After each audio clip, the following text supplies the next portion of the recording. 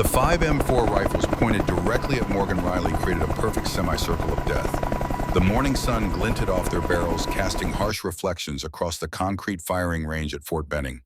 For the operators who had been practicing their marksmanship just moments before the scene unfolding, seemed ripped from a nightmare. Their range safety officer, the quiet woman who checked their weapons every morning with methodical precision, was being forced to her knees with all the ceremony of a terrorist takedown. "Morgan Riley, you're under arrest for impersonating a Navy SEAL and theft of classified intelligence." Lieutenant Harris growled, his knee pressing hard into her back. The attack dogs barked furiously in the background, straining against their handlers' leashes, eager to join the violence. From his position near the range office, Colonel Alexander Ward watched the scene with a half-smile playing across his weathered face. At 55, Ward carried himself with the hardened confidence of a man who had survived the darkest chapters of the Cold War. His silver-flecked hair and the deep lines etched around his eyes spoke of decades in the field, but it was the coldness behind those eyes that truly revealed his nature. "Sarge, she's just a range officer." A young soldier called out, confusion evident in his voice. "Shut up," Harris barked back. "She's a national security threat." Morgan didn't resist as Harris tightened the restraints beyond regulation standards, metal biting deep into her wrists. Blood pooled in her mouth from where her face had connected with the concrete, but her eyes told a different story than her compliant body. Arctic cold and calculating, they swept across each MP's face methodically as if committing them to memory. When her gaze reached Ward in the far corner, something changed. Her hand formed a small signal thumb and forefinger, creating the number 13 before quickly disappearing. Ward's smile faltered for just a fraction of a second. Most wouldn't have noticed, but Morgan did. The year was 1987. The Cold War was still running hot in the shadows. Fort Benning operated like a well-oiled machine, its routines as precise as the weapons its soldiers carried. For 3 years, Morgan Riley had been just another cog in that machine, arriving daily at 0545 hours. To unlock the range, checking each rifle, each magazine with movements so economical, they almost seemed robotic. The only indication that something might be unusual was the slight tremor in her right hand, a tremor she compensated for by smoothly switching tasks to her left when necessary. "Rough night," Jake, another range worker, had asked that morning, noting the hand switch. "Something like that," Morgan had replied with a tired smile that never quite reached her hazel eyes. Eyes that held hints of gold in the morning light, eyes that had seen things Jake couldn't begin to imagine. What her colleagues never noticed were the habits that had become second nature to her. Before entering any room, Morgan checked all exits. She always positioned herself with her back to a wall facing the door. Her phone sat at exactly 45 degrees on any surface, its screen reflection, allowing her to monitor blind spots. The small knife hidden in her boot was checked every morning with the muscle memory of someone who had needed it before. The first sign that today would be different came with the arrival of Captain Brooks, her blonde hair and pressed uniform making her look like she'd stepped out of a recruiting poster. "Safety officers," Brooks had muttered to her companion. "Glorified janitors with clipboards." Lieutenant Park, a cyber warfare specialist, had scanned Morgan's badge multiple times with his RFID device. "Systems being weird today," he'd said, though his eyes had narrowed suspiciously. Then there was Corporal Williams, all 220 pounds of him, shoulder-checking Morgan as he passed. "Oops, sorry," he'd said with a grin that suggested he was anything but. "Didn't see you there, safety girl." Morgan had absorbed it all without comment, her expression neutral. The tactical smartwatch on her wrist showed her heart rate at a steady 55 beats per minute. For someone trained to control physiological responses under extreme stress, it was perfectly normal. The device, originally developed for astronauts, but now standard for special forces, tracked everything from blood oxygen to stress hormones data that had saved lives in operations where every heartbeat mattered. Master Sergeant William Old Bull Cooper, 68 years old with a face weathered by wars spanning Korea to Desert Storm, had been watching the growing tension with concern. Unlike the others, his eyes saw beneath Morgan's careful facade. "They're circling today," Cooper had muttered to Morgan when they crossed paths near the ammunition locker. "I noticed," Morgan had replied, and something in her tone had made Cooper study her more carefully. This wasn't fear or concern in her voice. This was assessment, like a professional calculating odds. What happened next would eventually be pieced together from security footage and witness statements. The Delta Force team had arrived for morning qualifications, boisterous from what was clearly a successful training evolution. "Yo, safety girl," Sergeant Davis had called out to Morgan. "Prep that lane for some real warriors. We don't have all day." Morgan had moved with quiet efficiency, assembling the target system in 47 seconds. The range record was 2 minutes. Davis's eyebrows had risen slightly, but he quickly covered his surprise. "Beginner's luck. Bet you can't do it twice." Williams decided to test that theory, accidentally knocking over Morgan's equipment bin. 200 rounds scattered across the concrete. "Oops, better clean that up fast, janitor." Morgan had knelt and begun collecting the ammunition. Her hands moved with mechanical precision, sorting by caliber as she went. Her eyes never left Williams' face, even as her fingers identified each round by touch alone. 90 seconds later, every round was sorted and stored. Park watched from his position by the range computer. "That's impossible hand-eye coordination," he muttered to his partner. "Nobody can sort mixed ammunition that fast without looking." A young private had asked Morgan a seemingly innocent question. "What's the effective range of an MK-18 carbine?" Without thinking, Morgan had replied, 450 meters with match-grade ammunition, 300 with standard ball rounds. But in urban environments, you're typically engaging at under 100 meters, so the shorter barrel's velocity loss becomes less significant than the maneuverability advantage. Captain Brooks's voice had cut through the air. "Who gave you permission to speak to my trainees?" Morgan's practiced smile appeared instantly. "Sorry, ma'am, just read it in a magazine." But the damage was done. Several operators exchanged glances. That wasn't information from gun magazines. That was hard-earned knowledge from someone who had used an MK-18 in combat.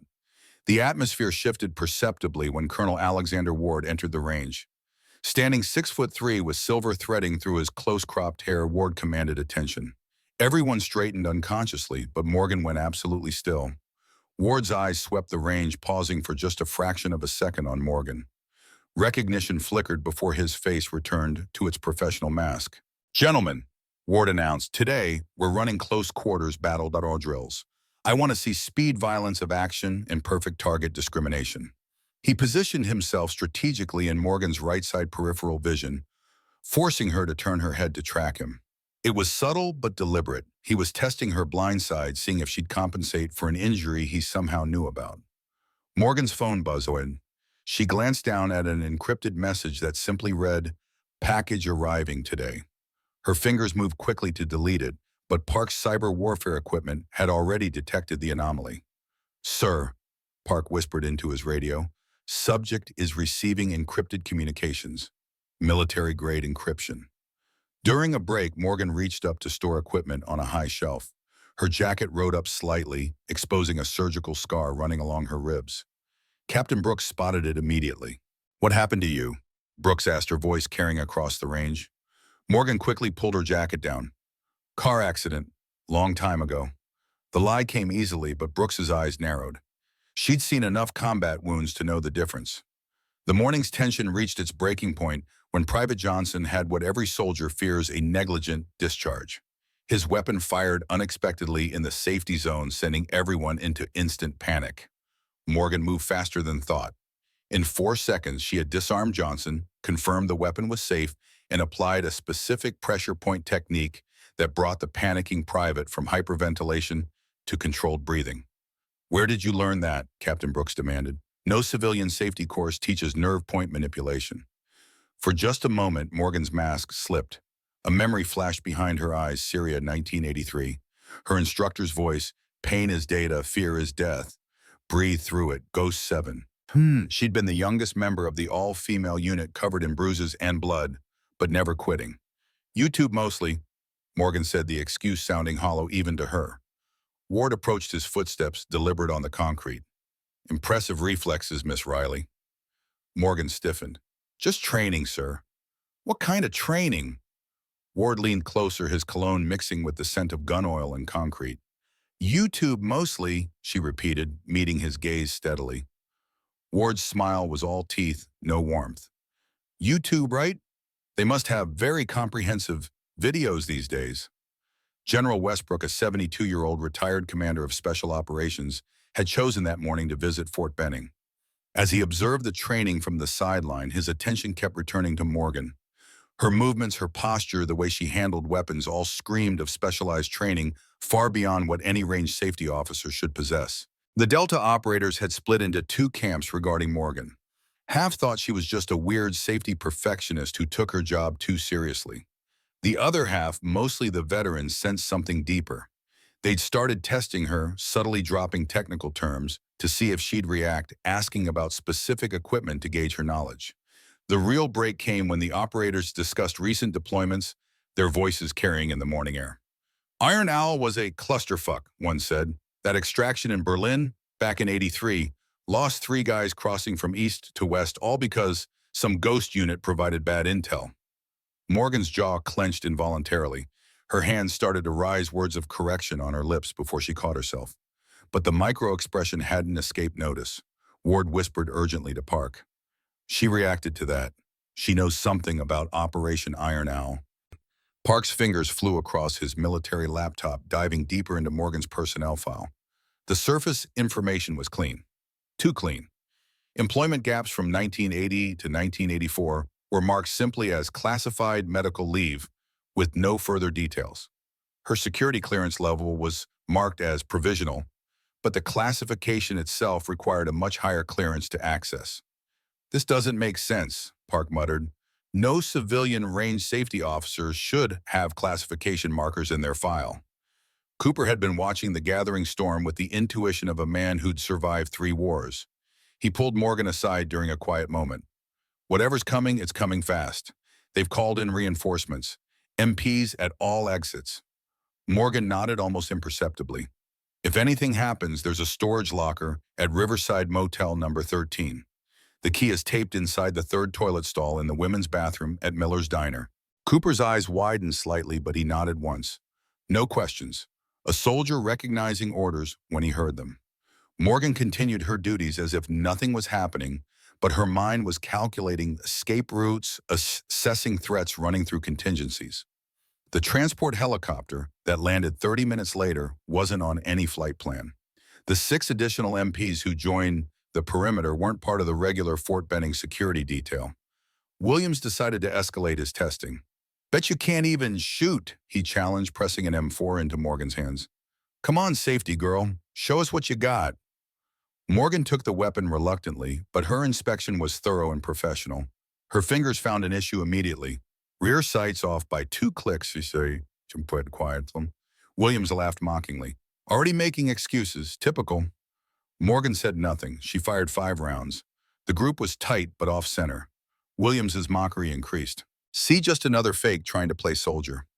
Then Morgan made an adjustment to the sight and switched to her left hand. The next 5 rounds created a single hole in the dead center of the target. The range went silent. I'm cross-eye dominant, Morgan explained calmly. Right eye, left hand. It's more common than you think. But it wasn't just the accuracy that had silenced the crowd. It was the way she'd handled the weapon, the exact grip, the perfect stance, the breathing pattern of someone who'd fired thousands of rounds under much worse conditions than a controlled range.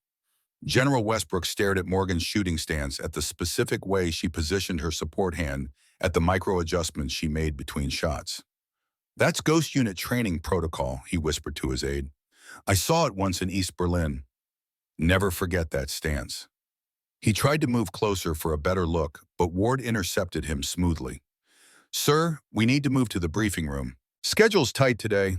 But that woman, the visiting general protested, is a civilian contractor, Ward said firmly, already steering him away. Nothing more. But the damage was done.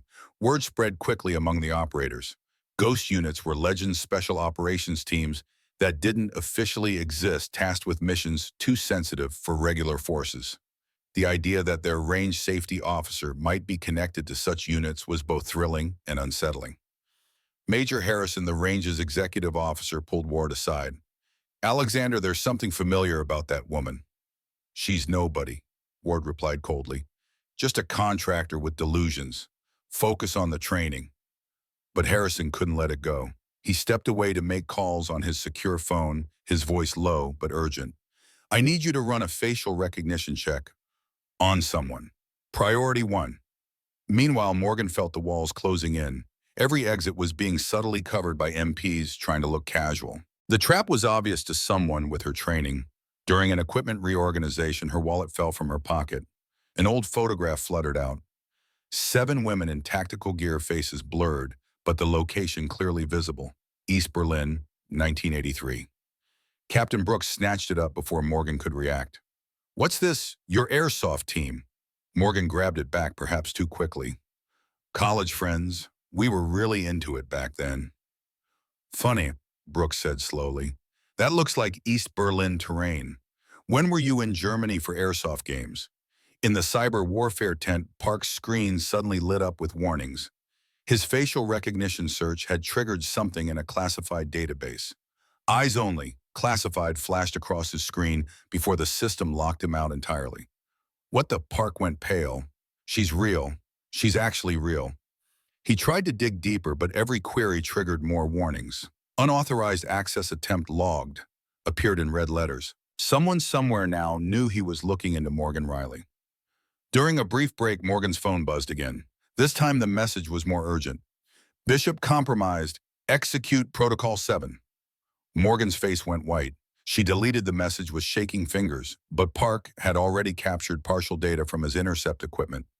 Protocol 7 glowed on his screen. "Colonel Ward," Park reported quietly. "She's definitely active in something. These aren't random messages." Ward's expression didn't change, but his hand moved to his phone. A quick text sent, and Harris began repositioning his MPs with subtle hand signals. They were moving to block every exit, creating overlapping fields of fire. It was a professional takedown setup, and Morgan recognized it immediately. She excused herself ostensibly for a bathroom break, but actually to perform a quick reconnaissance. Every route she'd identified that morning was now blocked. Secondary exits had MPs casually standing nearby. Even the maintenance tunnels had been covered. When she returned to her position, her weight shifted subtly to the balls of her feet. Her hands stayed loose at her sides, ready to move in any direction. She looked relaxed to casual observers, but any professional would recognize the ready stance of someone preparing for violence. Major Harrison's phone calls had borne fruit. Someone on the other end had recognized the description and was very interested. "Keep her there," the voice commanded. "I'm 15 minutes out." Ward received his own phone call. His face darkened as he listened. After hanging up, he gave Harris a single nod. The trap was set. It was time to spring it. As Morgan checked her equipment one more time, her fingers briefly touched the outline of something under her left sleeve. If anyone had been close enough to see, they might have noticed what looked like the edge of an intricate tattoo peeking out. But she was careful to keep it covered, just as she'd been careful to keep it so many secrets for so many years. The arrest came swift and brutal. Harris barked the order, and 5 MPs converged on Morgan simultaneously. To the watching Delta Force operators, it looked like absolute chaos. But to Morgan, it was a choreographed dance she'd seen before. She didn't fight. That would have given them an excuse to escalate force. Instead, she went limp, making them work for every inch of control they gained. The blood in her mouth came from Harris's knee strike. Not entirely accidental. The cuffs were tightened past regulation standards designed to cause pain and restrict circulation. Through it all, Morgan's eyes remained locked on Ward, who watched from his position with the satisfaction of a chess player seeing his endgame unfold. The transport to the detention facility was designed for maximum humiliation. They paraded her through the busiest part of the base, past the chow hall at lunchtime, past the main gym, where hundreds of soldiers could see their range safety officer in custody. Morgan stumbled once, and Harris's boot caught her in the ribs. Not hard enough to break anything, but enough to send a message. "Fake SEALs don't get respect," Harris growled loud enough for everyone to hear. The interrogation room was exactly what Morgan expected. Soundproof walls, cameras in every corner, a metal table bolted to the floor, and chairs designed to be uncomfortable during long sessions. They strapped her down with unnecessary force, the restraints cutting into her wrists. "I'll handle this privately," Ward said, dismissing the other MPs. Harris looked uncertain but followed orders. The door sealed with a mechanical click, leaving Morgan alone with the man who had orchestrated all of this. Ward circled her slowly like a predator, savoring the moment before the kill. "Hello, Ghost 7, he said quietly. "It's been, what, 5 years? You stayed dead for 5 years." For the first time since her arrest, Morgan spoke. "I don't know what you're talking about. I'm a range safety officer. Check my file. Ward laughed, but there was no humor in it. Oh, I have. Very thorough cover identity. Very believable. Except I know better, don't I? Because I was there when your unit was deployed to East Berlin. I was the one who provided the intelligence for Operation Iron Owl. Morgan's expression didn't change, but her heart rate finally spiked. Her tactical watch, still recording biometric data, would show the first real stress response of the day. I don't know any Operation Iron Owl, Morgan said evenly. I think you have me confused with someone else. Ward leaned in close, his breath hot on her face. Eleanor Martinez, your demolitions expert, could make a bomb out of kitchen supplies. Catherine Chen Sniper could thread a needle at 800 meters. Jessica Williams Medics saved more lives than anyone could count. Lisa Thompson Communications could hack anything with a circuit board. Diana Roberts Point Woman never missed a detail. Catherine Mitchell Team Leader, mother to all of you. He paused, savoring each name. All dead because of bad intelligence. My bad intelligence. Morgan's jaw tightened, the first crack in her facade. I don't know those names. No, Ward grabbed her left arm roughly. Then you won't mind if I check something. The sound of tearing fabric filled the room as Ward ripped her sleeve.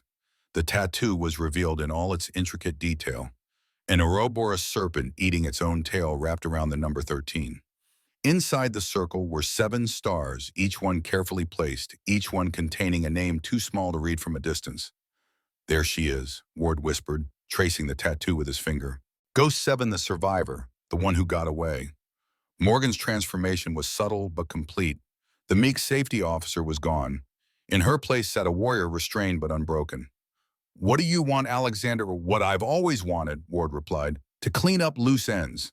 You see, Operation Iron Owl wasn't a failure of intelligence. It was a business transaction. Your unit discovered something you weren't supposed to. My side arrangement with certain KGB elements. 7 women had to die to keep that secret. 6 women died, Morgan corrected coldly. I survived. Yes, and that's been a problem, hasn't it? I've spent 5 years looking for you, 5 years wondering when you'd surface, when you'd come for revenge. Imagine my surprise when facial recognition finally picked you up here at my own base playing range safety officer. Morgan's lips curved in what might have been a smile. Hiding in plain sight. You taught me that. Ward's confidence wavered slightly. Something about her calmness, her lack of fear was wrong. What aren't you telling me? I'm telling you that I'm nobody, Morgan said.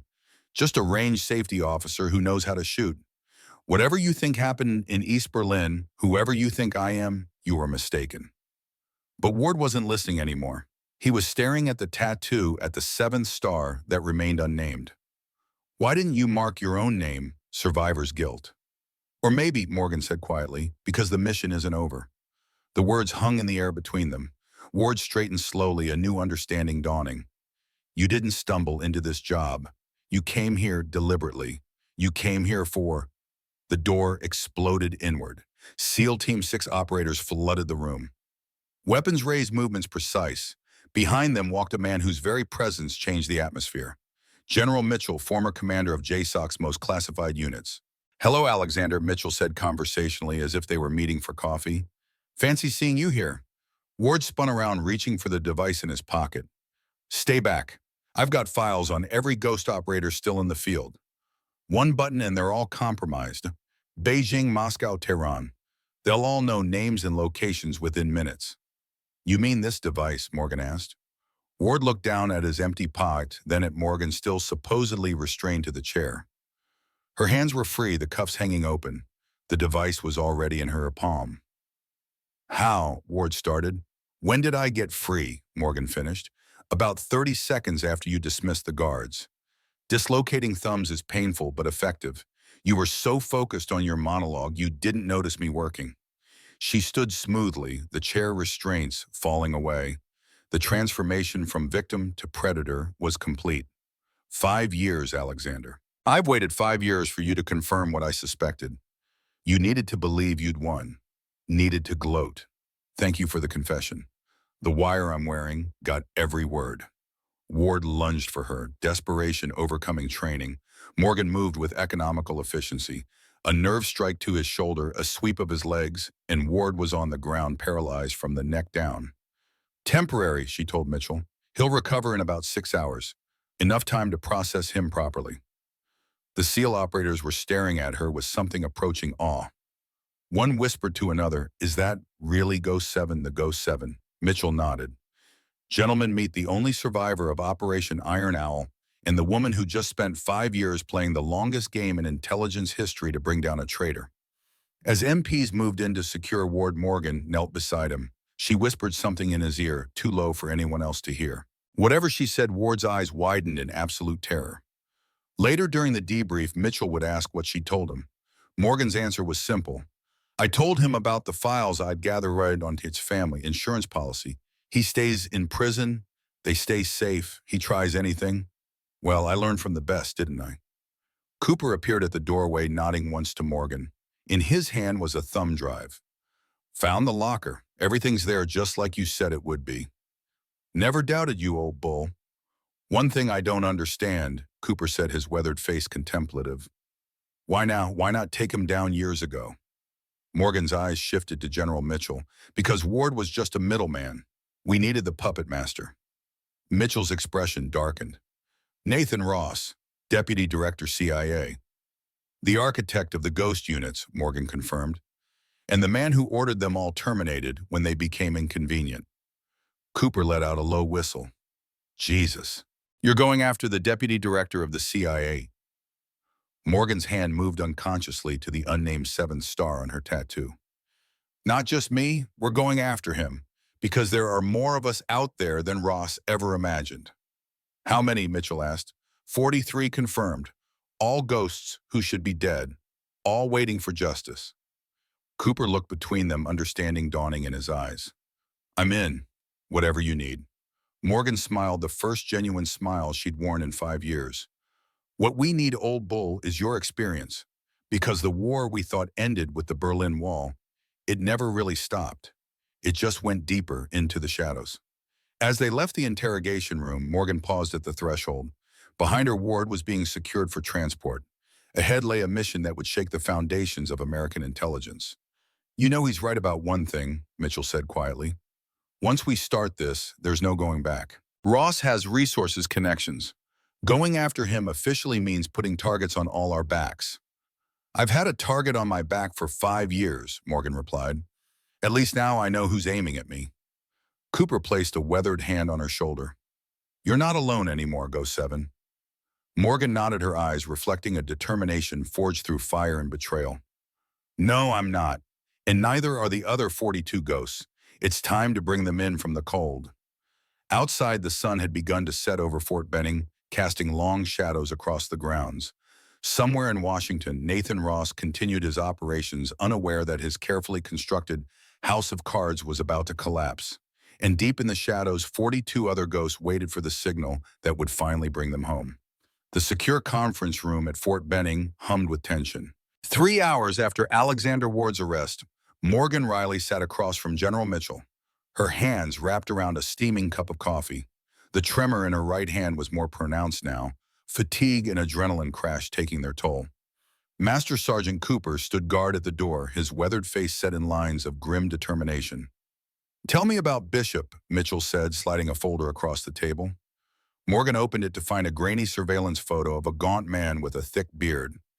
Ethan Bishop, technical support specialist for ghost units, supposedly killed in Romania 5 years ago. Supposedly? I received a message from him today. Bishop compromised Execute Protocol 7.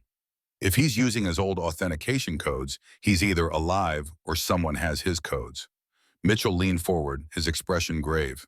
In Protocol 7, scorched earth, destroyed home evidence. Said appear. Morgan's eyes met Mitchell's. It was our final contingency if a unit was compromised beyond recovery. Cooper shifted his weight, the floorboards creaking beneath him. If Bishop is alive and reached out to you, it means he's been in hiding. Like you. And now he's in danger, Morgan finished. The question is from whom? Mitchell placed a secure phone on the table. We need to find out. I've got clearance for a secure call to Langley. Deputy Director Ross is expecting us. Morgan's face hardened. Ross was the architect of the ghost units. He signed the termination orders, which is why we're not telling him we suspect anything, Mitchell countered. As far as Ross knows, we've just captured a delusional civilian with delusions of grandeur. This call is to gauge his reaction. The phone connected with a soft click. A smooth, cultured voice filled the room. General Mitchell, this is an unexpected pleasure. Deputy Director Ross. I apologize for the unscheduled call, but we've had an incident at Fort Benning that requires your attention. Oh, the interest in Ross's voice was almost imperceptible. Almost. Colonel Alexander Ward has been arrested for treason. He was running an unauthorized surveillance operation on what he claimed was a former ghost operator working as a range safety officer. A pause, then. These ghost programs are the stuff of conspiracy theories, General. I'm surprised a man of Ward's experience would indulge in such fantasies. Morgan's eyes narrowed. The denial was too quick, too practiced. Mitchell continued, Of course, sir. Nevertheless, Ward was convinced enough to attempt extraordinary measures. The safety officer in question was physically detained and interrogated. Is the civilian all right? She's fine, a bit shaken, understandably. Another pause longer this time. She. Morgan and Mitchell exchanged glances. The slip was small but telling. Ross hadn't asked for a name, but he'd immediately focused on the gender. Yes, a Ms. Riley, Morgan Riley. The silence stretched for 3 full seconds. When Ross spoke again, his voice was carefully controlled. I see. Well, this is concerning. Ward always seems so stable. I'll send a team to collect him for further questioning. That won't be necessary, Mitchell replied smoothly. He's already being processed through military channels. The JAG office has taken charge of the case. I must insist, General, this could involve sensitive matters beyond military jurisdiction. With all due respect, Sir Ward is a military officer who committed crimes on a military installation against military personnel. This is squarely within our jurisdiction. The tension in Ross's voice was palpable now. I'll have to take this up with the Secretary of Defense. Of course, sir. In the meantime, we'll continue our investigation, including a thorough examination of Ward's claims about these ghost operations.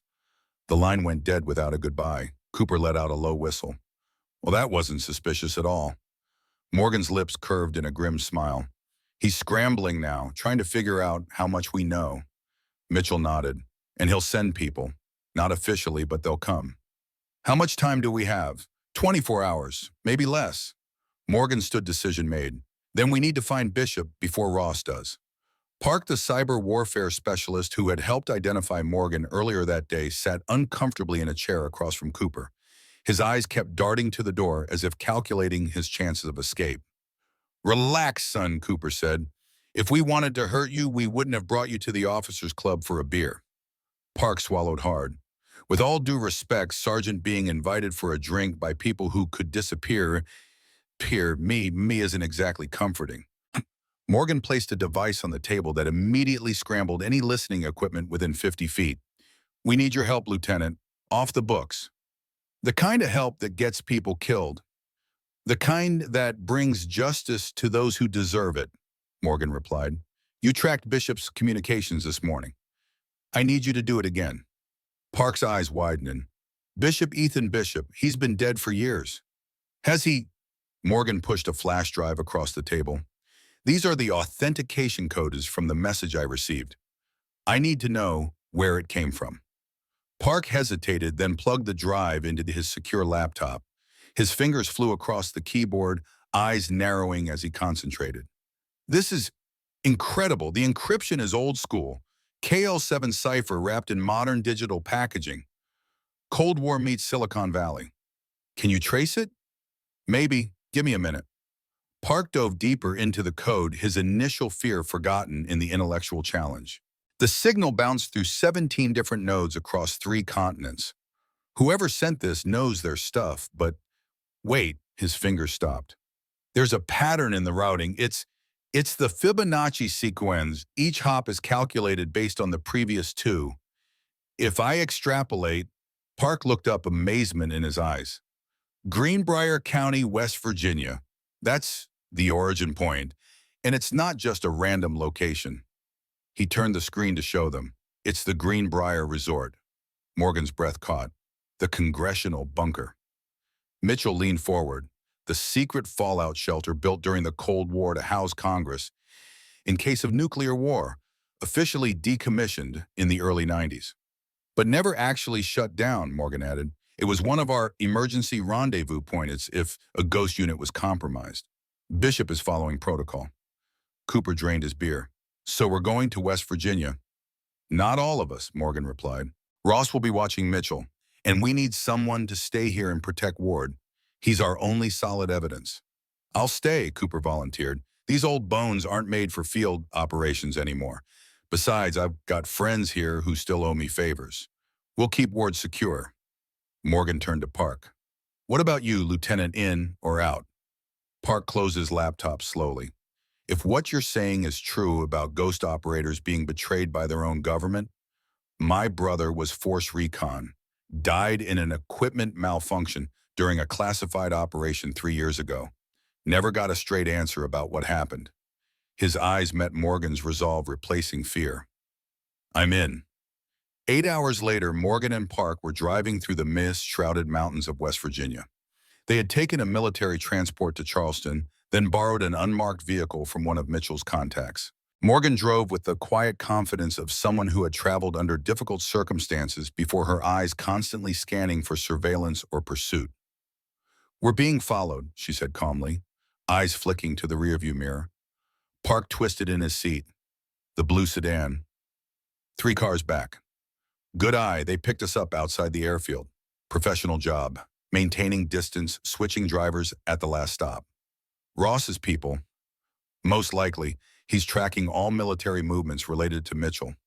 Park's hand moved toward his sidearm. Not yet, Morgan cautioned. We're going to use them. She made a sudden turn onto a narrow mountain road, forcing their pursuers to either follow obviously or lose them. The blue sedan hesitated, then followed. Morgan smiled grimly. Now they've committed. She pressed a button on her phone. And now they've been marked. What do you mean? That turn activated a tracking program. While they're following us, we're following them back to their base of operations. It might lead us to other compromised agents. The forest thickened around them as they climbed higher into the mountains. The Greenbrier Resort appeared ahead, its white facade gleaming against the dark green of the surrounding forest. To casual observers, it was simply an exclusive resort for the wealthy and powerful. Few knew of the massive bunker complex hidden beneath.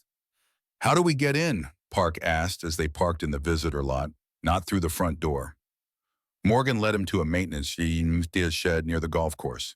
Inside, she moved directly to what appeared to be an electrical panel punched in a sequence of numbers and stood back as a section of the floor slid away, revealing a narrow staircase. Emergency access point, she explained, designed for situations exactly like this. The stairs led them deep underground into a cold concrete corridor illuminated by harsh fluorescent lights. Morgan moved with practiced ease, navigating the maze-like structure without hesitation. They passed massive blast doors, storage rooms filled with decades-old supplies, and dormitories designed to house hundreds. This place is huge, Park whispered, his voice echoing slightly in the empty corridor. 35 acres of underground facilities. Built to sustain the entire United States Congress and their staff for months in case of nuclear war. They came to a communications center, its technology an odd mixture of Cold War-era equipment and modern upgrades. Morgan scanned the room, then pointed to a door on the far side. Through there, the secure meeting rooms. The door opened before they reached it. A man stood framed in the doorway, his gaunt face partially hidden by a thick beard. Despite his haggard appearance, his eyes were sharp and alert. A pistol hung casually at his side. "Hello, Seven," he said, his voice rough from disuse. "Took you long enough." Morgan's face showed no surprise. "Bishop, you look terrible. Dying will do that to you." His eyes shifted to Park. "Who's the kid?" "Lieutenant Park, cyber warfare. He tracked your message." Bishop raised an eyebrow. "Impressive. The encryption should have been unbreakable." "Nothing's unbreakable," Park replied, "especially when you leave deliberate breadcrumbs in the code." A thin smile crossed Bishop's face. "Smart and observant. I like him." He gestured for them to follow. "Come on, the others are waiting." "Others?" Morgan stopped in. "How many? And see for yourself." Bishop led them into a large conference room. Around a massive oak table sat 5 people each with the same haunted look in their eyes that Morgan recognized from her own mirror. Men and women of various ages and backgrounds, but with one thing in common, they all should have been dead. Meet what's left of Operation Tombstone, Bishop said. Daniels from Delta, sole survivor of an ambush in Somalia. Chen from Naval Intelligence, her entire team wiped out in the Philippines. Rodriguez from Air Force Special Operations, the only one who walked away from a helicopter crash that wasn't an accident. Jackson and Miller, CIA field officers who escaped terrorist attacks that were actually cleanup operations. Each nodded as they were introduced, recognizing a kindred spirit in Morgan. Ghost units, Morgan breathed. All of you. Just like you, Chen said, speaking for the group, all declared dead, all betrayed by the same people. Ross, Morgan stated. Bishop nodded. Nathan Ross has been systematically eliminating ghost operators for nearly a decade. Anyone who knew too much or might talk someday. But why? What are they hiding? Rodriguez leaned forward. Remember how ghost units started under Carter's specialized teams for operations that needed to stay off the books? Iran, Afghanistan, then the Reagan years when things got complicated. Nicaragua, El Salvador, Panama. Jackson picked up the thread. But somewhere along the way, the missions changed. It wasn't just about national security anymore. It became about money, power, personal agendas. Ross and his inner circle started using ghost units for their own operations, Bishop explained, setting up private channels with foreign governments, criminal organizations, anyone who could pay, but they needed to keep it quiet. So they started cleaning house, Morgan concluded, eliminating anyone who might expose them. Your unit in East Berlin, Chen said softly. What were you really doing there? Morgan's expression darkened with memory. Officially, we were extracting a nuclear scientist who wanted to defect, but we found something else. Documents detailing financial transfers from American accounts to high-level KGB officers. Millions of dollars. Operation Iron Owl wasn't just a defection, Bishop confirmed. It was a money trail. Your team stumbled onto one of Ross's private channels with the Soviets. So Ward betrayed us, Morgan said, the pieces finally falling into place. He fed the KGB our extraction route. And when you survived, Bishop continued, you became a loose end, just like the rest of us. Morgan looked around the table at these ghosts, these survivors who, like her, had been hunted by their own government. How long have you been gathering evidence? 5 years, Bishop replied, ever since Romania. When they tried to kill me, I realized what was happening. So I disappeared, used my technical skills to stay hidden, and started looking for others who might have survived. That's where I found him, Daniels added, in a dive bar in Bangkok. Both of us officially dead, both of us running from the same people. We've been building the case piece by piece, Bishop said, moving to a wall covered in photographs, documents, and connecting threads. It looked like something from a spy thriller, but Morgan recognized the methodical intelligence work behind it. Financial records, Bishop pointed, communication logs, witness statements from other survivors. Cross thought he was cleaning house, but he was creating witnesses. 43 of us so far. Ward's confession gives us our first direct evidence, Morgan noted. It's not enough, Bishop countered. Ward was middle management. We need Ross himself. Park, who had been silent until now, spoke up. How do you get to the deputy director of the CIA? He's one of the most protected men in America. A grim smile spread across Bishop's face. That's where you come in, Lieutenant. We need your cyber skills to get us inside Ross's secure communications. And that's only part one, Chen added, pulling out a file. Ross has a meeting in Dubai next week. Off books, meeting with arms dealers using his CIA credentials to line his pockets. We have someone on his security detail, Rodriguez explained. Another ghost who survived her execution. You want to confront him? Morgan said, understanding dawning. Get him on record admitting to everything. It's the only way, Bishop confirmed. With Ward's testimony and direct evidence from Ross himself, we can take this all the way to the top. No backroom deals, no quiet disappearances, public justice. Morgan considered the plan, seeing both its strengths and weaknesses. And if he doesn't confess, Miller spoke for the first time, his voice hard. Then we moved to phase 3. The implicit threat hung in the air. These were people who had been pushed beyond their limits, whose lives had been stolen, who had seen their comrades murdered. Their desire for justice walked a dangerous line with revenge. No, Morgan said firmly. That's not how we do this. They tried to kill us, Daniels protested. All of us. And if we become killers for revenge, they win, Morgan countered. We become exactly what they claim we were to justify eliminating us. Dangerous, unstable, liabilities. The room fell silent as her words sank in. These were trained operators professionals who had served their country with distinction. But they were also human scarred by betrayal and loss. So what do you propose? Bishop finally asked. We do this legally, officially. With Mitchell's help, we build a case that can't be buried or denied, evidence that will stand up in court. And if the system is too corrupted, Chen challenged. Morgan's expression hardened. Then we have 43 ghosts who can ensure the truth comes out, one way or another, but we try justice first. Bishop studied her for a long moment, then nodded slowly. Always the idealist 7. That's why you are the heart of your unit. Someone has to be, she replied quietly. A sudden alarm cut through their conversation. Red lights began flashing throughout the bunker. Perimeter breach, Bishop announced, moving to a security console. Multiple hostiles entering through the main resort access point. Surveillance feeds showed armed men in civilian clothes moving with military precision through the underground complex. Ross didn't waste any time, Morgan observed. How did they find us so quickly? Park's face went pale. The car following us, it wasn't following, it was hurting. They knew where we were going. They just wanted confirmation. Bishop was already activating emergency protocols sealing certain sections of the bunker.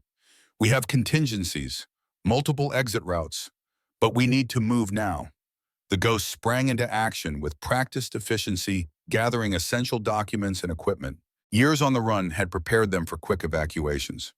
Split into teams, Bishop ordered. Different exits, different destinations. Rendezvous at the backup location in 48 hours. Morgan turned to Park. You're with me. Stay close. What about the evidence? Park asked, pointing to the wall of documents. Already digitized. Bishop assured him, handing each person a secure flash drive. Multiple copies, multiple locations. Even if they catch some of us, the truth still gets out. The sounds of gunfire echoed through the bunker. The intruders had encountered the first automated security measures. That won't hold them long, Rodriguez warned. These aren't ordinary contractors. They're Special Activities Division, Ross's personal cleanup crew. Morgan checked her weapon. Then we better not be here when they break through. Bishop led Morgan and Park to a service tunnel that ran beneath the resort's golf course. This will take you out into the maintenance reached by the 17th hole. Vehicle is already staged there. Morgan grasped Bishop's arm. See you at the rendezvous. One way or another, he replied with a grim smile. Good hunting, Ghost 7. As they made their way through the narrow tunnel, Park whispered, Who are these people? SAT operators don't deploy domestically. These aren't official say-out-e, Morgan explained, her voice low. They're Ross's private team. Off the books, deniable. Just like we were. They emerged from the tunnel into the cool night air. The maintenance shed stood 50 yards away across open ground, illuminated by the resort's landscape lighting. Too exposed for comfort. Wait, Morgan cautioned, studying the scene. Something's wrong. Her instincts proved correct as a figure stepped from the shadows near their exit vehicle. A woman with short blonde hair and the cold eyes of a professional killer. Captain Brooks, Morgan said without surprise. I should have known. Brooks smiled thinly. Range safety officer, cute cover, almost had me fooled. You're working for Ross. Smart girl, though a little slow on the uptake. I've been watching you for months. You're making a mistake, Brooks. Ross is betraying his country, selling secrets, eliminating witnesses. Spare me the patriotic speech, Brooks scoffed. I know exactly what Ross is doing. The difference is I'm smart enough to be on the winning side. Morgan tensed, ready to move. There's no winning side in treason. Brooks's hand moved toward her weapon. That's where you're wrong. There's surviving and there's dying. I prefer the former. The standoff was broken by the sound of approaching vehicles. Headlights swept across the grounds as 3 black SUVs converged on their position. Your ride's here, Brooks said with a smirk. Ross is eager to tie up this loose end personally. Morgan assessed their options rapidly. The vehicles were blocking their planned escape route. Brooks had them at gunpoint. Reinforcements were closing in. The situation looked hopeless. Then a shot rang out from somewhere in the darkness. Brooks jerked backward, a red stain blossoming on her shoulder. She fell to one knee, her face contorted in shock and pain. "Move!" Morgan ordered Park, sprinting toward the tree line rather than the compromised vehicle. More shots followed, precise and targeted. The headlights of the SUV shattered one by one, plunging the scene into darkness. The shooters remained invisible, but their effect was devastating, forcing Ross's team into cover. Morgan and Park reached the trees, ducking behind the thick trunks. Through the chaos behind them, Morgan caught glimpses of disciplined fire patterns. Someone was providing cover, and they were very, very good. "This way," Morgan directed, leading Park deeper into the forest. They ran for nearly half an hour, putting distance between themselves and their pursuers before Morgan finally slowed. "What happened back there?" Park gasped, bent over and breathing hard. "Who was shooting?" "Not who, what?" Morgan pointed upward. Hidden in the trees, small metallic devices gleamed faintly in the moonlight. "Automated sentry guns," she explained. "Cold War technology updated with modern targeting systems. Bishop's insurance policy. They saved our lives." That was the idea. Morgan checked her phone, which displayed a topographical map with a blinking indicator. "Bishop left us an alternate extraction route. There's a vehicle waiting 3 miles north of here." As they moved through the forest, Park voiced the question that had been bothering him. "When they came for us, it was too fast, too coordinated, like they knew exactly where we'd be." Morgan's expression darkened. "Someone tipped them off. But who? Only Mitchell knew where we were going, and we trust him, right?" Morgan didn't answer immediately, her mind working through the possibilities. "There's another explanation. Ross has been hunting ghosts for years. He'd have contingency plans, monitoring systems for the old safe houses and rendezvous points, including the bunker. Especially the bunker. It was too obvious a choice in retrospect. A known ghost unit fallback position." They reached a small clearing where a nondescript pickup truck waited. Morgan checked for tracking devices before they climbed in. "Where to now?" Park asked as they pulled onto a country road. "First, we warned Mitchell. If Ross made a move on us this quickly, the general could be in danger too." Morgan used a secure satellite phone that couldn't be easily tracked. Mitchell answered on the first ring. "I was about to call you," he said without preamble. "We've got a situation here. Someone tried to take Ward." Morgan's grip tightened on the phone. Ross's people, 4-man team, professional job. They'd have succeeded if Cooper hadn't been expecting them. The old warhorse took down 2 before they knew what hit them. "Is Cooper okay?" A pause. "Took a bullet in the shoulder. Doctors say he'll recover. Tough as nails, that one." Relief flooded through Morgan. "And Ward?" "Secure for now. I've moved him to a black site with my personal security team. But it's clear Ross is escalating. What's your status?" Morgan briefed him on the events at the Greenbrier, the ambush, and their narrow escape. Mitchell's voice was grim when he responded. "This is moving faster than we anticipated. Ross knows we're on to him, and he's trying to clean up loose ends before we can build our case." "We need to accelerate our timeline," Morgan agreed. "The Dubai meeting is our best shot at catching Ross red-handed." "I've been working on that angle," Mitchell revealed. "Got some interesting intel from an NSA contact. The meeting isn't just with arms dealers. There's a Russian connection too. Former KGB, now FSB." The pieces clicked into place for Morgan. The same channel Ward was working. Ross has been maintaining his Soviet connections even after the Cold War ended. Exactly, and there's more. One name keeps coming up in the intelligence chatter: Alexei Volkov. Morgan went still. "Volkov, he's supposed to be dead. Like you were, like Bishop was." Mitchell's tone was pointed. "Volkov was KGB's top ghost hunter during the Cold War, specialized in tracking and eliminating Western intelligence assets. Supposedly died in 1991 during the Soviet collapse. If Volkov is meeting Ross in Dubai, then this is bigger than we thought," Mitchell finished. "This isn't just about cleaning up old loose ends. They're planning something new." Morgan made a decision. "We need to get to Dubai ahead of schedule. Establish surveillance, identify all players, secure the location." "Agreed, Atki. I'll make the arrangements." "But Morgan," Mitchell's voice turned cautious, "if Volkov is involved, this is personal for you. He was hunting your unit in Berlin." All the more reason to finish this. Just don't let revenge cloud your judgment. We need evidence, not bodies. Understood, sir. Morgan ended the call and turned to Park. Change of plans. We're going to Dubai. Dubai, guy? Park looked stunned. Just like that. Just like that. This is what ghost operators do, Lieutenant. Adapt and overcome. As they drove through the night toward the nearest secure airfield, Morgan's mind returned to East Berlin, 1983. Her team moving through the shadows, unaware of the trap closing around them. Unaware that their own handler had betrayed them, she remembered Catherine Mitchell, their leader, staying behind to cover their escape. The look in her eyes when she realized they'd been set up. The quiet acceptance of her fate. We serve in the shadows, Catherine had told them during training. We die in the shadows if necessary, but we never ever betray what we stand for. Morgan touched the tattoo on her arm, tracing the 6 named stars. Her team had died serving their country, even as their country betrayed them. Now perhaps she could finally bring them justice. Park was watching her, a question in his eyes. Something on your mind, Lieutenant?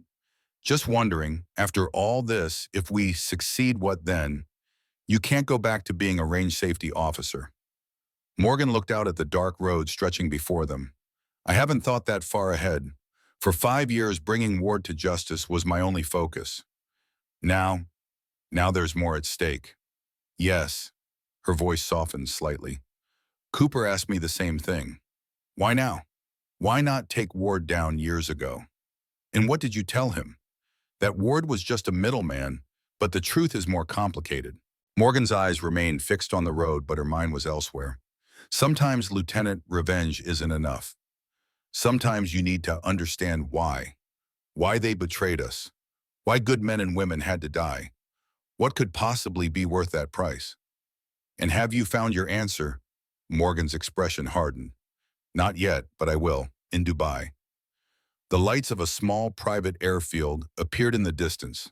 A Gulfstream jet waited on the tarmac, its engines already warming up. Mitchell's arrangements, no doubt. We're going to need more than just the 2 of us, Park noted as they approached. We'll have help. Bishop and the others will make their way to Dubai through separate channels. And Mitchell mentioned a ghost already in place on Ross's security detail. Can they be trusted? Morgan's lips curved in a grim smile. Trust isn't the currency we deal in, Lieutenant. Shared enemies are. As they parked and made their way toward the waiting aircraft, Morgan felt the weight of the mission settling on her shoulders. 43 ghosts were counting on her. 6 dead teammates were waiting for justice. And somewhere in Dubai, Nathan Ross was preparing for a meeting that would finally expose the truth behind decades of shadows and lies. The pilot greeted them with a nod, asking no questions as they boarded. Such was the nature of Mitchell's network professionals, who understood that sometimes the fewer details they knew, the better. Morgan took a seat by the window, watching as the ground fell away beneath them. They were committed now. The next phase had begun. Dubai would either bring an end to the shadow war or become another killing ground for ghosts who refused to stay dead. Either way, there was no turning back. The Dubai skyline rose from the desert like a modern mirage, glass and steel monuments to ambition and wealth. From her hotel room, 30 floors above the city, Morgan Riley observed the landscape through tactical binoculars, memorizing approach routes and potential choke points. The Burj Al Arab Hotel stood prominently on its artificial island, its sail-shaped silhouette unmistakable against the turquoise waters of the Persian Gulf. That's where the meeting will happen, Morgan said, passing the binoculars to Park. The Royal Suite, $20,000 per night, complete privacy, dedicated elevator, and personal butler service. Park whistled softly. Must be nice to spend taxpayer money on luxury accommodations. Ross has always had expensive tastes. Morgan turned to the array of surveillance equipment they'd assembled over the past 48 hours. What's our status on the security systems? Park gestured to his laptop screen. Hotel's internal network is surprisingly vulnerable. I've accessed the guest registration system, security camera feeds, and elevator controls. And Ross arriving tomorrow at 1600 hours local time. His security team conducted a sweep this morning. 4 men, all former Special Activities Division. They've reserved the surrounding suites and positioned snipers on adjacent buildings. Morgan nodded approvingly. You've done good work, Lieutenant. I had motivation. Park's expression darkened. Mitchell forwarded me the classified report on my brother's death. It matches the pattern perfectly. A routine operation suddenly going sideways, equipment, failure that shouldn't have happened, bodies never recovered. Another ghost, Morgan said quietly. I'm sorry. Don't be sorry, just help me get justice. A soft knock at the door interrupted them. Morgan drew her sidearm and moved silently to the entry position while Park accessed the hallway security camera feed. It's Chen, he confirmed. Morgan verified through the peephole before opening the door. Chen entered quickly, her eyes surveying the room with professional caution before she relaxed marginally. Bishop's in position, she reported. Rodriguez and Miller have established the observation post on the north side. Jackson is working the hotel staff angle.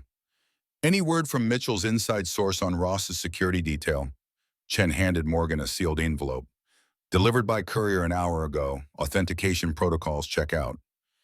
Inside was a detailed schedule of Ross's movement security rotations, and most importantly, the names of his expected guests for the meeting. Morgan's eyes narrowed as she read the final name. Alexei Volkov, she murmured. So he really is alive. The specter of Moscow himself, Chen said grimly. Thought to have died during the Soviet collapse, but apparently just changed employers. Now he's FSB's top handler for foreign operations. In meeting with the deputy director of the C, Morgan's voice was tight with controlled anger. This isn't just about covering up past crimes, they're continuing the operation. Private intelligence channels, Park surmised, using ghost operations to gather information that benefits both sides personally rather than their countries. Morgan spread the hotel blueprints across the table. The meeting is scheduled for 2,000 hours tomorrow. According to our source, Ross is bringing physical documents, banking information, operational details, everything we need to prove the conspiracy. Why physical, Park asked. Seems unnecessarily risky. Old spy tradecraft, Chen explained. Nothing digital can be traced or hacked. Plus Volkov is old-school KGB. He doesn't trust computers. Which works in our favor, Morgan added. We need to get those documents and record the meeting. Then we deliver everything to Mitchell's contact at the Justice Department. The problem is getting inside, Chen pointed out. The Royal Suite is a fortress. Private elevator biometric security armed guards. Morgan tapped a specific point on the blueprints. That's why we're not going in through the door. Park looked where she was pointing. The air conditioning maintenance shaft. You can't be serious. Cold War tactics still work, Lieutenant. Electronic security can be hacked, guards can be distracted, but physical pathways are often overlooked. And what about extraction? Once we have what we need, every operative Ross has will be hunting us. Morgan's expression was grim determination. That's where our advantage lies. We're ghosts. Being hunted is what we've survived for years. Ross and his people are used to being the predators, not the prey. Their planning session was interrupted by Morgan's secure phone vibrating. Mitchell's name flashed on the screen. Go ahead, General. We've got a problem. Mitchell's voice was tense. Ward's dead. Morgan went still. How? Poison. Despite all our precautions, someone got to him in custody. Made it look like a heart attack, but the preliminary toxicology shows traces of a nerve agent. Very sophisticated. Ross is tying up loose ends, Morgan concluded. First Bishop, now Ward. There's more. Cooper was attacked in the hospital. He fought them off, but he's been moved to a secure location. And our Justice Department contact has suddenly been reassigned to Alaska. The implications were clear. Ross wasn't just reacting. He was systematically eliminating their entire network. This changes our timeline, Morgan decided. If Ross is this desperate to cover his tracks, the Dubai meeting must be critical. We move tonight instead of tomorrow. Without proper surveillance, without confirmation that the targets are in place, Chen questioned. Ross already knows we're onto him. Every hour we wait gives him more time to prepare or simply cancel the meeting. Our only advantage now is surprise. Mitchell's voice came through the phone. Morgan's right. The opportunity is slipping away. If you have even a chance to get those documents and record a confession, you need to take it. After ending the call, Morgan turned to her companions. This just got significantly more dangerous. I won't order either of you to continue. Park squared his shoulders. I've come too far to back out now. Chen simply checked her weapon, her actions speaking louder than words. All right, Morgan nodded. Let's go ghost hunting.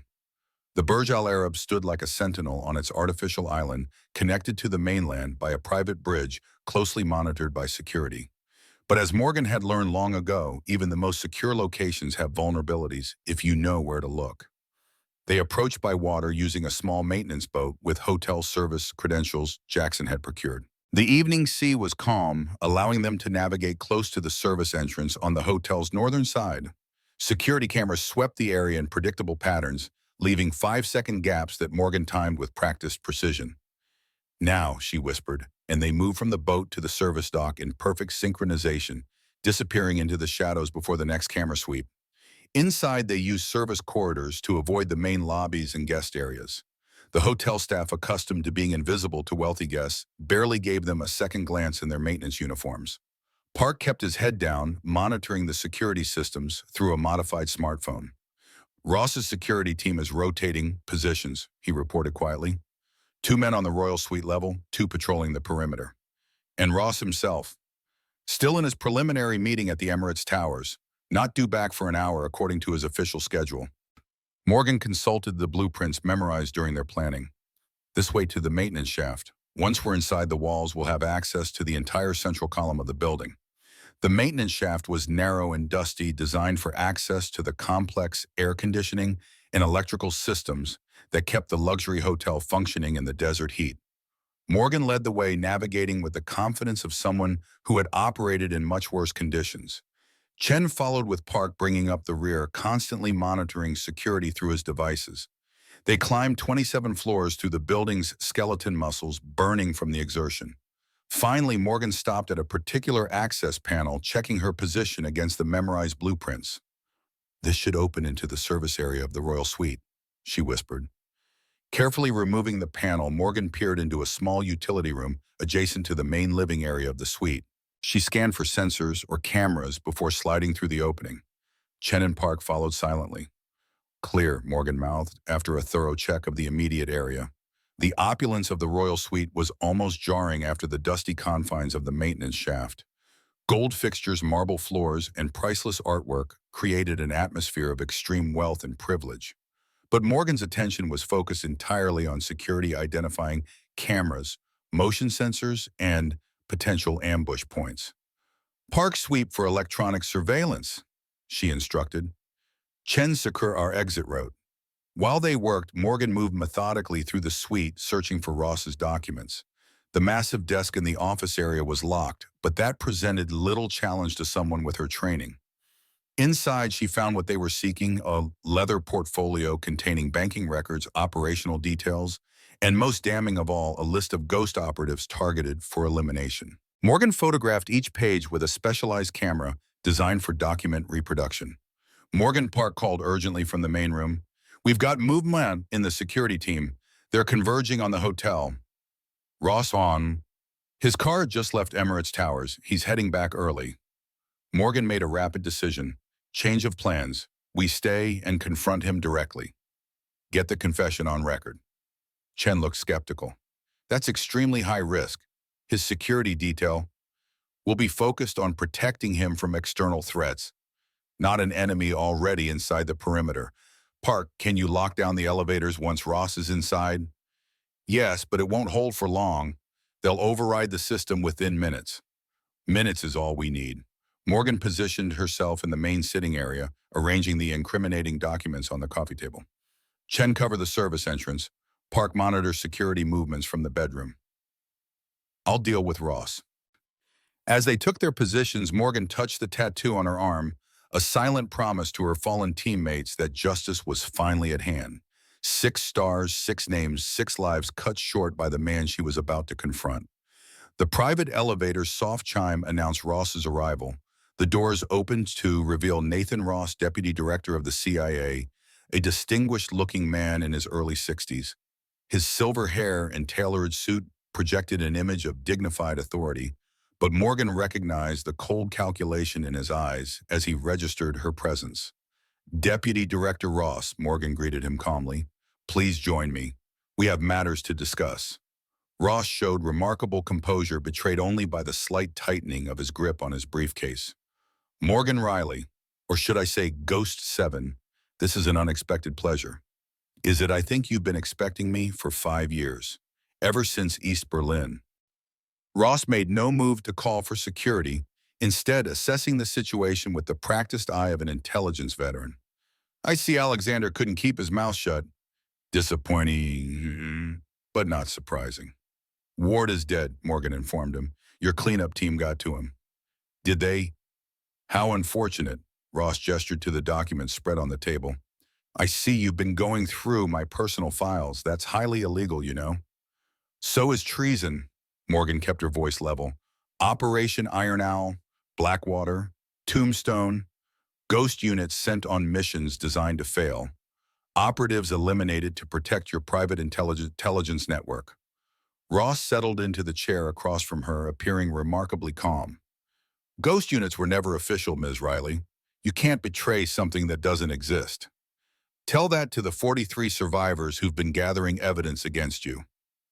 A flicker of genuine surprise crossed Ross's face. 43 impressive. I was aware of perhaps a dozen. You ghosts are more resilient than I gave you credit for. Why? Morgan asked the question that had driven her for 5 years. Why betray your own operatives? Your own country? Ross laughed softly. My country? Which one is that exactly? The United States of America, the Soviet Union, Russia, China nations rise and fall. Ms. Riley, but power endures. Real power transcends borders and ideologies. You've been selling American intelligence to foreign governments. I've been facilitating an exchange of information that benefits all parties involved, including America, I might add. Do you have any idea how many terrorist attacks we've prevented through these channels? How many conflicts avoided? At what cost the lives of loyal operatives who trusted you? Ross leaned forward, his expression intensifying. Do you know what the Cold War really taught us? That the only real enemies are chaos and instability. The Soviet Union wasn't our enemy. Unpredictability was. And when it collapsed, what happened? A decade of global instability. Terrorist groups flourishing in power vacuums. Regional conflicts erupting without superpower control. So you and Volkov decided to create your own shadow government, Morgan concluded, using ghost units to gather intelligence, then trading that information for personal gain. For control, Ross corrected. The official channels are too slow, too compromised by politics and public opinion. What we built is more efficient, more effective, and more profitable, Morgan added, gesturing to the banking records. Ross shrugged. Power requires resources, but make no mistake, this has never been primarily about money. Then what? Legacy? Ross's eyes took on a fervent quality. Creating a world order that functions regardless of which politicians are in office or which ideology is fashionable. Stability through knowledge and controlled application of force. Morgan's recording device captured every word as Ross continued his justification, seemingly relieved to finally explain his grand vision to someone who might understand.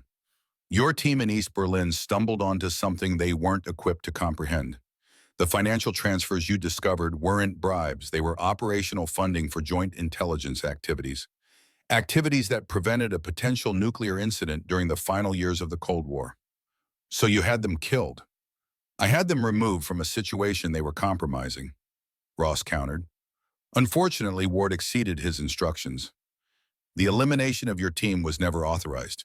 You were supposed to be extracted and reassigned. Morgan's expression hardened. You expect me to believe that? Whether you believe it is irrelevant, it's the truth. Ward had his own agenda, resentment over being passed over for promotion, personal grudges against your team leader. He took an opportunity to settle scores and blamed it on my orders. And the other ghost units, the 43 survivors who were all targeted for elimination, was that Ward's initiative too? Ross sighed. Some were, yes. Others were necessary sacrifices. Operations evolve, Ms. Riley. Assets become liabilities. It's the nature of our profession. A notification on Ross's phone drew his attention. A slight frown crossed his face as he checked the screen. Your security team is having technical difficulties with the elevators, Morgan informed him. We should have a few more minutes to finish our conversation. Very thorough, Ross acknowledged, but ultimately futile. Even with this recording, who would you take it to? The CIA director, the president, Congress? They all know pieces of what we've built. They depend on it even as they publicly deny its existence. Ghost units were created precisely because official channels couldn't be seen doing what needed to be done. Justice doesn't always come through official channels, Morgan replied. Sometimes it comes from the shadows. Ross studied her with newfound respect. You're not planning to arrest me, are you? This isn't about legal justice at all. This is about accountability. The world is going to know what you've done one way or another. A slow smile spread across Ross's face. And what happens after that? Have you thought that far ahead, Ghost 7? When the dust settles and the public outrage fades, who fills the vacuum? The networks we've built maintain global stability. Dismantle them, and chaos follows. The elevator chimed, announcing an arrival. Park's voice came urgently through Morgan's earpiece. Security override complete. They're coming up now. Ross noted her reaction. It seems our time is running short, so let me offer you a proposition. Join us. Morgan stared at him in disbelief. Join you after what you did to my team. Your skills are wasted in hiding. Your understanding of our work is more comprehensive than most. Think about it. Instead of destroying the system, help reform it from within. Make it better. Make it what it should have been. Before Morgan could respond, Chen's voice came through the earpiece. Second team approaching through the service corridor. 2 minutes out. Ross smiled thinly. My security detail is quite thorough. I suggest you consider my offer quickly. Morgan gathered the documents, her decision already made. Your system is built on betrayal, Ross. It was corrupt from the beginning. All systems are corrupt, Ms. Riley. The question is which corruption produces the most good. A sudden commotion from the service entrance signaled Chen engaging the approaching security team. Gunshots echoed through the suite. Your escape route appears compromised, Ross observed calmly. Last chance. I can call them off. Morgan backed toward the main doors, weapon drawn. This isn't over. No, Ross agreed. It's just beginning. The main doors burst open as Ross's security detail finally overrode the elevator lockout. Morgan had seconds to make her escape. She fired twice, not at the security team, but at the sprinkler system overhead. Water cascaded down, creating momentary confusion as alarm blared throughout the hotel. In the chaos, Morgan slipped past the security team into the emergency stairwell where Park was waiting. They descended rapidly, the sounds of pursuit growing fainter as hotel guests evacuated due to the fire alarm. Chen, Morgan asked as they reached the lower levels. Already clear. Park confirmed, checking his phone. Rendezvous point Alpha in 20 minutes. They emerged into the hotel's kitchen during the evacuation, confusion blending with the stream of staff leaving the building. Outside, emergency vehicles created additional cover as they made their way to the prearranged extraction point. Chen was waiting in a service vehicle, engine running. Did you get it? Morgan held up the camera. Every document photographed plus Ross's confession recorded. He actually admitted to everything. Park sounded astonished as they pulled away from the hotel. Not in so many words, Morgan replied, but he confirmed enough. The existence of the shadow network, the targeted elimination of ghost operators, the coordination with foreign intelligence services. Will it be enough? Morgan's expression was grimly determined. Combined with Ward's confession and the documentary evidence, yes, it's enough to expose the entire operation. They drove in silence for several minutes, processing the enormity of what they'd accomplished. Finally, Chen asked the question they were all thinking.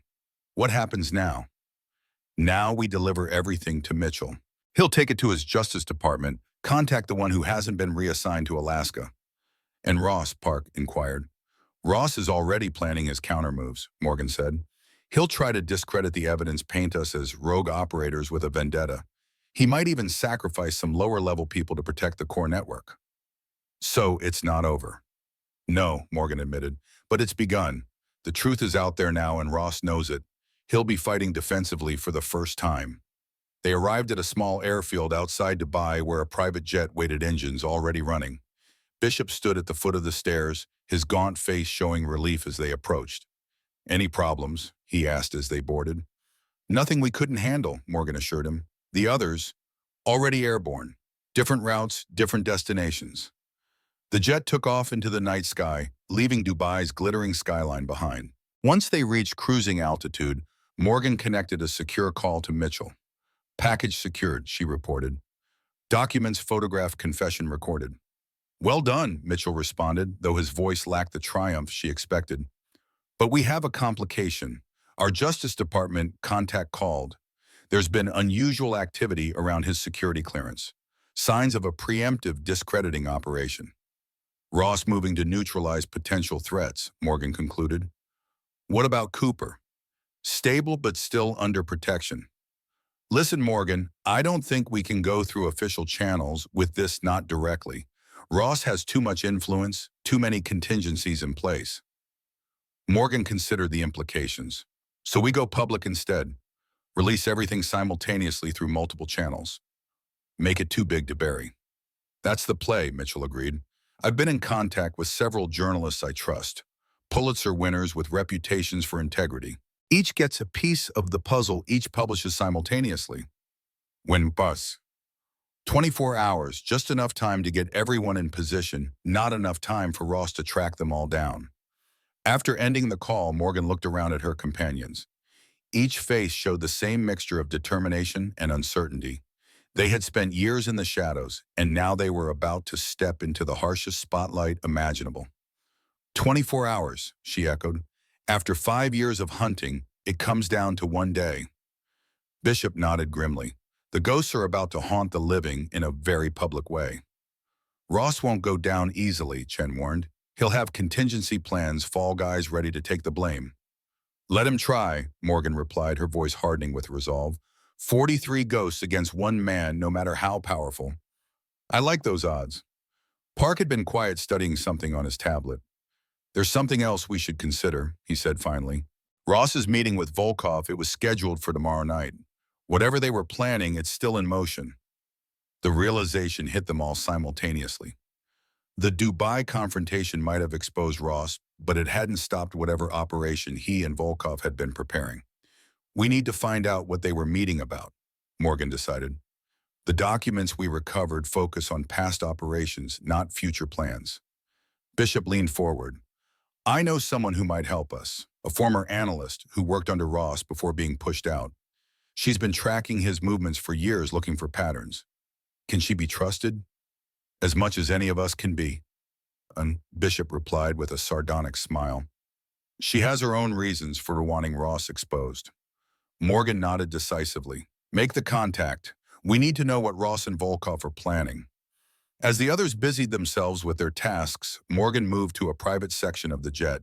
She removed the small photograph she always carried her team in East Berlin, faces clear and unblurred, smiling despite the dangers they faced daily. 6 women who had served their country with honor only to be betrayed by those they trusted most. She traced each face with her finger. Eleanor Martinez, Catherine Chen, Jessica Williams, Lisa Thompson, Diana Roberts, Catherine Mitchell. Her team, her family. "Almost there," she whispered to them. "Just a little longer." Morgan returned to her seat as the jet banked toward their next destination. The war wasn't over yet, but for the first time in 5 years, victory seemed possible. Ross was exposed, his network identified, his crimes documented. All that remained was to bring it all into the light. 24 hours would determine whether justice would finally come to the ghosts who had waited so long in the shadows. The jet landed at a small airfield in Northern Virginia, where Cooper was waiting despite his injured shoulder. The old warrior looked pale but determined, his arm in a sling. "You should be resting," Morgan admonished as she embraced him carefully. "Plenty of time for that later," Cooper replied gruffly. "Couldn't miss the finale." Mitchell arrived shortly after, bringing news that the journalists were prepared for simultaneous publication in 18 hours. The evidence had been distributed, the stories written, and final fact-checking was underway. "There's something else," Mitchell added, his expression troubled. Bishop's contact came through with information about the Ross-Volkov meeting. They weren't just exchanging intelligence. They were coordinating a major operation targeting the upcoming arms reduction summit in Geneva. "What kind of operation?" Morgan asked. "Assassination. 3 world leaders, simultaneous strikes, each one made to look like the work of a different enemy state." "Chaos," Morgan realized, remembering Ross's words. creating instability that only their shadow network could control. Exactly. And the timeline is accelerated. The attempt is scheduled for tomorrow after our planned exposure, but before any meaningful security changes could be implemented. The implications were staggering. Even exposed Ross's network could still execute its plan, potentially triggering international incidents that would overshadow any revelations about his corruption. We need to warn the summit security teams, Cooper insisted. With what proof? Mitchell countered. At this point, we're still just ghosts making accusations. Until the evidence is public, we have no credibility. Morgan made a decision. Then we stop it ourselves. The evidence goes public in 18 hours. The summit is in 24. That gives us a 6-hour window to prevent the assassinations. How? Park questioned. We don't know who the assassins are or how they plan to execute the attacks. But we know who does. Morgan replied, her gaze steady. Ross. Understanding dawned on their faces. You want to bring in Ross, Mitchell said. Force him to stop the operation. Not force, Morgan corrected. Convince. Once the evidence is public, his only hope for leniency will be cooperation. That's assuming Ross values his freedom more than his vision, Bishop pointed out. He might consider himself a martyr for his cause. Then we appeal to his legacy, Morgan countered. Ross believes he's creating stability. If these assassinations happen, his life's work collapses into chaos. That's not the legacy he wants. The plan took shape quickly.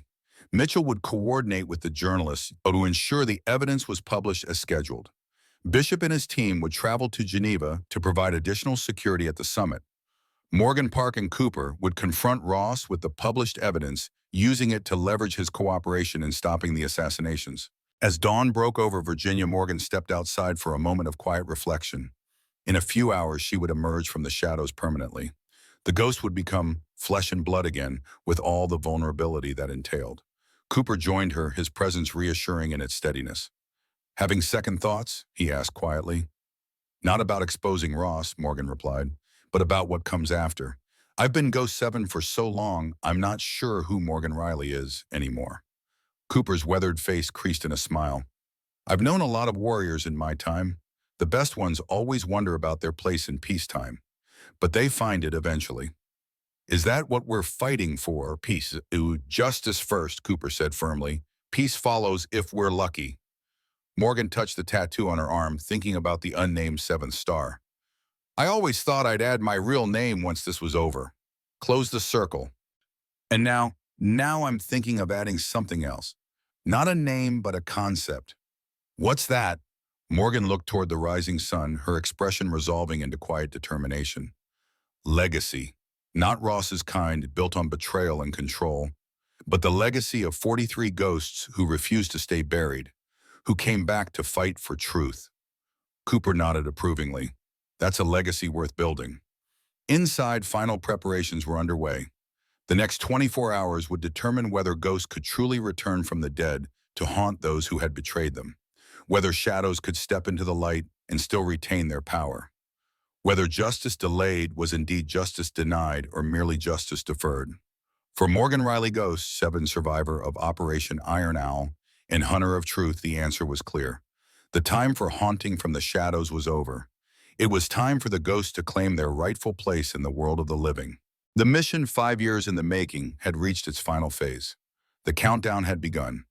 12 hours after the evidence about Ross's network exploded across major media outlets, Morgan, Cooper, and Park touched down in Geneva. The simultaneous articles in the Washington Post, New York Times, and dozens of international papers had created a seismic shift in the global intelligence community. The names of Ross Volkov and the entire Shadow Network were now public knowledge, accompanied by damning evidence and testimonies from formerly dead operatives. Mitchell's calling, Park said, handing Morgan a secure phone as they stepped onto the tarmac. Geneva's security has been doubled, but they're still skeptical, Mitchell reported. The Swiss are treating our warning as credible but unconfirmed. They've enhanced security but haven't changed the summit schedule. And Ross, Morgan asked, scanning the horizon as a cold wind swept across the airfield. Gone underground. Last seen boarding a private jet to an unknown destination. CIA director has officially disavowed all knowledge of his actions. Convenient, Cooper muttered, adjusting his sling. The same people who benefited from his network for decades suddenly can't remember his name. What about the assassins? Morgan pressed. Bishop's team has identified two potential suspects at the summit venue. Former Spetsnaz operators now working private contract. They're monitoring them, but without knowing the third. We'll find them, Morgan said with quiet confidence. What's our entry protocol? Swiss security will meet you at the north entrance. Credentials are being processed now. As they drove toward the summit venue, a sprawling conference center overlooking Lake Geneva, Morgan studied the security patterns visible from their approach. The Swiss had indeed enhanced their presence. Snipers on rooftops, barricades at every entrance, canine units patrolling the perimeter. But to Morgan's trained eye, there were still vulnerabilities. There, she pointed to a service entrance where delivery trucks were being inspected. Standard search protocols, but they're rushed. 3-minute inspection per vehicle when it should be 15. Cooper nodded. If I were running this hit, that's my entry point. They passed through security with the credentials Mitchell had arranged, joining Bishop's team in a makeshift command center in the basement of the venue. On monitors around the room, Morgan could see the summit proceedings already underway. World leaders discussing nuclear disarmament, blissfully unaware of the threat converging on them. We've confirmed the Russian operatives, Bishop reported, pointing to two men on a security feed, but we've swept every delegation's security team and staff member. No sign of the third assassin. Morgan studied the feeds, her eyes narrowing as a pattern emerged. Because the third assassin isn't here yet. Look at the timing. Ross's original meeting with Volkov was scheduled for tonight. The assassinations weren't supposed to happen until tomorrow. So the third assassin is still en route, Park concluded. Or already in place, just not activated, Morgan corrected. She turned to a map of Geneva. If I were Ross, I'd want maximum deniability. The Russian operatives create the distraction, but the actual kill shots come from outside the perimeter. Cooper finished her thought, pointing to a hotel across the lake.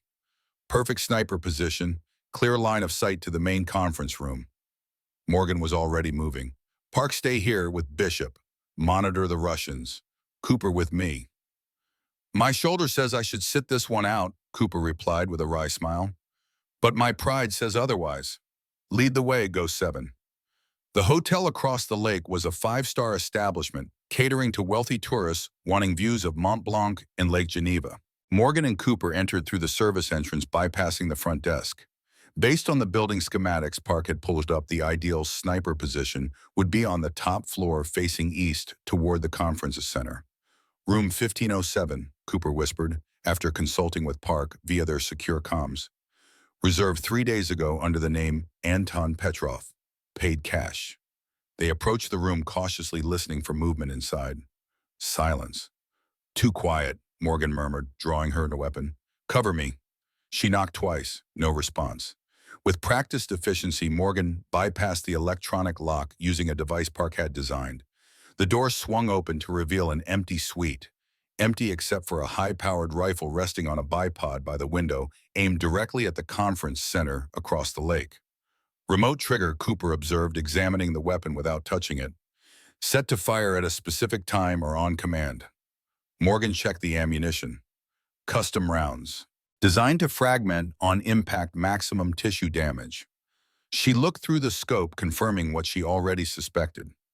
Aimed directly at the American delegation's table. Park, Cooper said into his comm device. We found the third shooter's position. Remote-controlled sniper setup room, 1507 Excelsior Hotel. Can you disarm it? Came Park's tense reply. Morgan was already examining the firing mechanism. Not without triggering a failsafe. This is professional work. Military grade. The summit's main session starts in 20 minutes. Bishop's voice cut in. All targets will be in the kill zone. Morgan made a rapid decision. Cooper gets Swiss EOD here immediately. I'm going to trace this back to the controller. How? She pointed to a small device attached to the rifle's trigger mechanism. Military-grade remote detonator. Limited range. The controller has to be within half a mile. As Cooper coordinated with Swiss authorities, Morgan used Park's frequency scanner to track the remote signal. It led her to a cafe 3 blocks away where a nondescript man in a business suit sat reading a newspaper, a small briefcase by his feet. Morgan took a seat at the adjacent table, positioning herself to block any quick exit. The rifle's been compromised, she said quietly without looking at him. Swiss EOD is disarming it now. The man's posture changed almost imperceptibly, shoulders tensing, fingers gripping the newspaper tighter. You're thinking about the backup plan, Morgan continued conversationally. The Russian operatives inside, but they've been identified too. Who are you? The man asked, his accent faintly Eastern European. Just another ghost, Morgan replied. Like the 43 others Ross tried to bury. Recognition dawned in the man's eyes. Ghost 7, he whispered. The woman who survived Berlin. And you're Volkov's top assassin. The one who killed my team. The man's hand moved toward his jacket, but Morgan was faster, pressing her silenced pistol against his ribs under the table. That would be a mistake, she said softly. This ends today. You think stopping me stops anything, the assassin replied with a thin smile. The network is bigger than Ross, bigger than Volkov. Cut off one head. Spare me the Hydra metaphor, Morgan interrupted. Your network is exposed. Your name's bank accounts operations, all public now. Whatever happens next, the shadows you operated in are gone. The man's face hardened. What do you want? The deactivation codes for the Russian operatives inside. Now. 10 minutes later, Morgan watched from the command center as Swiss security quietly apprehended the 2 Russian assassins who surrendered without resistance after receiving a specific code phrase. The summit continued uninterrupted, the delegates never knowing how close they had come to disaster. That's all of them, Bishop confirmed. All 3 assassins in custody. Summit secure. And the network, Morgan asked. Park looked up from his laptop. Unraveling by the hour. CIA, FBI, and intelligence agencies in 12 countries have launched investigations. Ross's assets are frozen. Volkov has been recalled to Moscow, which probably means he's already been eliminated as a liability. But Ross himself is still missing, Cooper pointed out. Morgan nodded grimly. He'll surface. Men like Ross always do. They can't help themselves. What now? Park asked, the question hanging in the air. Morgan looked around at the faces of her fellow ghosts. Bishop Chen Rodriguez and the others who had gathered in Geneva. People who, like her, had lost everything and spent years in the shadows waiting for justice. Now we step into the light, she said simply. 3 months later, Morgan stood on the porch of a small cabin in the mountains of Montana. The congressional hearings had concluded the previous week with Morgan and the other surviving ghost operatives providing testimony that shook the foundations of America's intelligence community. Ross had eventually been apprehended in Paraguay and now faced multiple life sentences. The full extent of his network was still being uncovered, with new revelations emerging weekly. Cooper sat in a rocking chair, watching the sunset paint the mountains gold. His shoulder had healed well, though he claimed it still ached when snow was coming. Strange, he said, being able to use my real name again after all these years. Morgan smiled. I'm still getting used to it myself. The president's offer still stands, Cooper reminded her. Director of the new Oversight Committee, you'd be perfect for it. Maybe, Morgan replied noncommittally, but I've lived in the shadows for so long, I'm not sure I belong in the spotlight. If not you, then who? Cooper asked. Someone needs to make sure this never happens again. Someone who understands the Mikatum. Morgan didn't answer immediately. She rolled up her sleeve, revealing the Ouroboros tattoo with its 7 stars. 6 contained names, her fallen teammates. The 7th had remained empty for all these years. Cooper watched as she traced the outline of that 7th star with her finger. Have you decided? Morgan nodded. I have. Later that evening in a small tattoo parlor in the nearby town, Morgan sat calmly as the artist added the final touch to her tattoo. Not her name as she'd once planned. Instead, a single word filled the 7th star, legacy. When it was done, Morgan studied the completed tattoo in the mirror. 6 women who died in the shadows. And now their legacy would live in the light. The next morning, she called Mitchell. I'll take the job, she said simply. I never doubted you would, Mitchell replied. When can you start? Morgan looked out at the mountains, at the open sky, at a world that no longer required her to hide. I already have.